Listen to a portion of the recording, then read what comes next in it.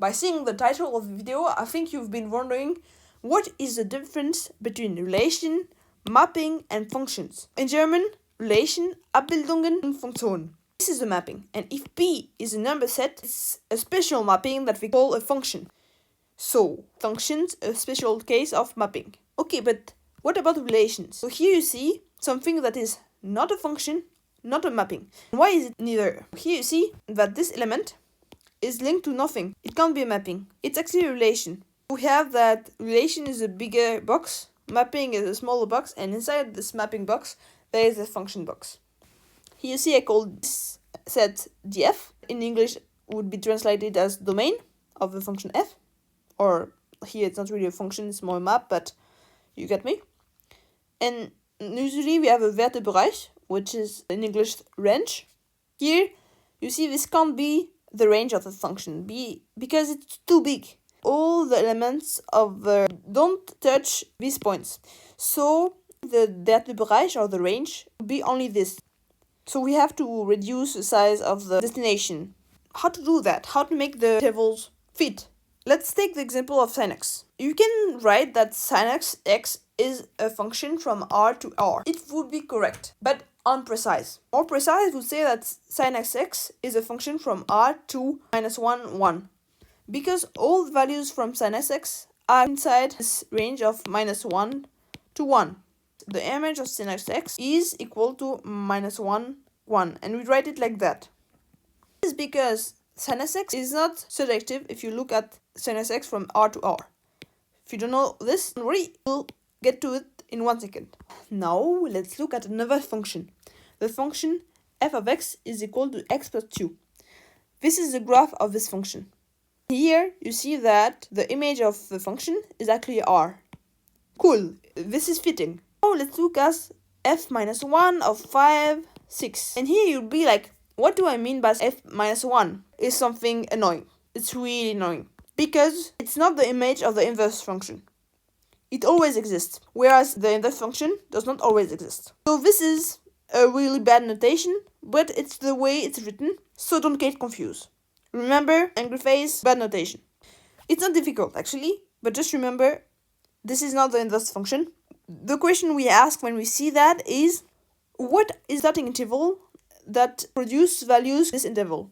For that, we say that the function has to be between 5 and 6. When you minus 2 each side, you get that x has to be between 3 and 4. This is the answer for this, and it means that if you take this interval between 3 and 4, then you'll get values between 5 and 6. Functions, what do we have to remember?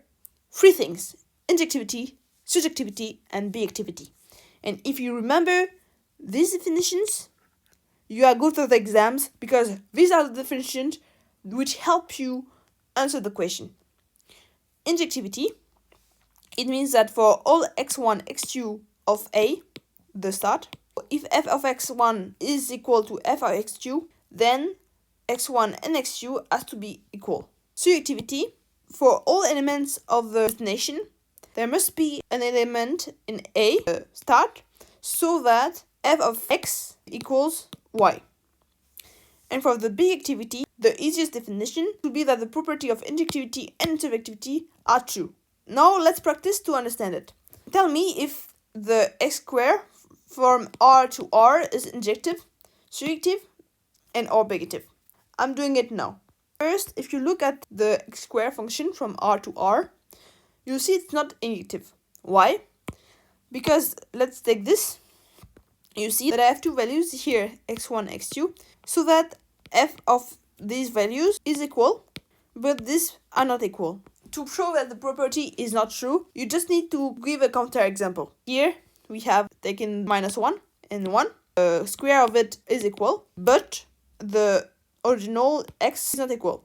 So we have proven not injective. Now the question is, how can we make it injective? We just have to reduce the size of the starting set. So if I take R plus, which is another way of writing the interval from 0 to plus infinity, it's injective. Why? Because I can look everywhere and I won't see two values equal. Now, is it surjective? If I just look at this reduce, is it surjective? No, it's not. Why? Let's take this value here, I don't know, 1. I could also take minus 10,000. Because the square function is always positive, so I'm not gonna never reach values which are negative. To prove that it's not something, I just take a counterexample. And here I said we don't have the property. But can we make this function surjective? Yes, we can. We just have to add a supplementary condition on the destination. And there, if you just look the values that are in this part, they are all rich. How can I prove that they are all rich? I want to prove that something is true. It's a bit more work. I have to prove it's true for every single value. Using the definition of surjectivity, I take a y of the destination, and I want to prove that there is an x in the start, so that when I apply the function to this x, so f of x, I get y. And here, yes, it exists. I take x, the square of y. Then, when I apply the function to it, by squaring it, I obtain y. So I prove that this function from r plus to r plus, so 0 to infinity, is surjective.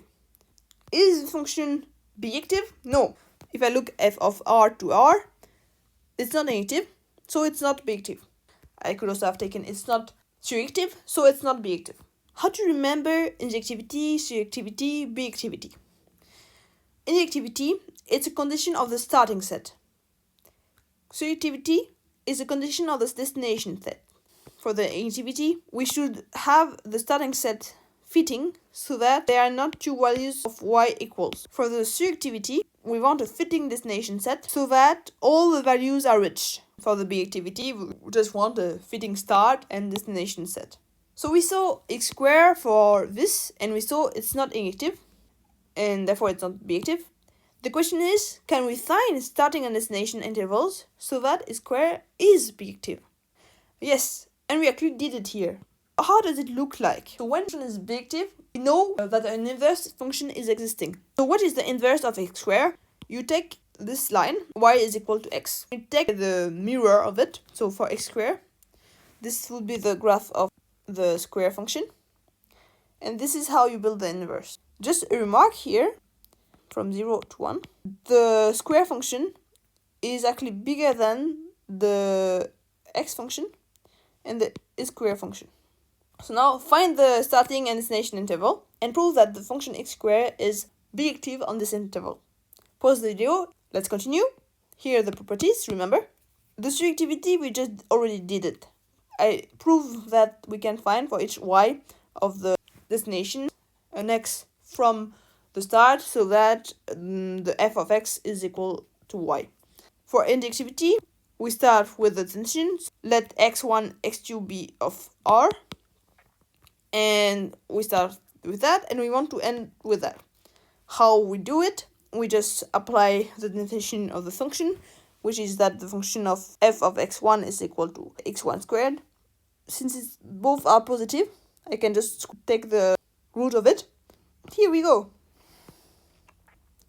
So since the function is surjective and injective on r plus, then the function is bijective.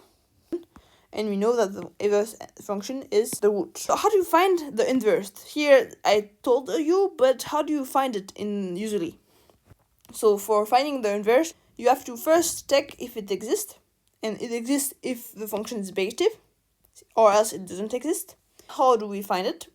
Let's practice first. Show me that we can find the inverse of this function. Let's do it. We just have to prove that the function is injective and surjective. So injectivity, we start with this and we want to end with that. So we apply the function, and here we just have to remove 2. In easy, we get it. For surjectivity, we start with y, and we want to have that f of a certain x is equal to y, but we don't know which is the x, so we have to find it. For that, I use a draft, so I don't write this on my exam paper. I just take another paper and look it up. And what I want, I know that I want that. So I'm writing this, and I'm like, oh, easy. I just have to take x is equal to y minus 2. Why can I say something depending on y? because I took a y here. So this is this, I know it, I took it. So on my exam paper, I just have to write this.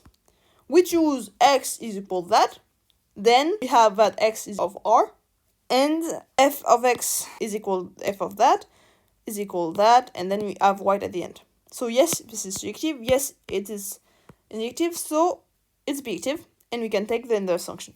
So what is the inverse function and how do we find it? First, you write f of x is equal to y. You translate, here the function is x plus 2. Then you want to isolate x, so here it's easy, you just have to remove 2. And here you just switch the name, so x becomes y becomes x. And after that, you replace y by f minus 1 of x, so the inverse function here. And here you build the thing. How does it look like? Here you see you have y equal x, and you take the mirror. So here, since it's parallel, mirror function is here. And here you see, as a comparison, we had this, the mirror function was like that.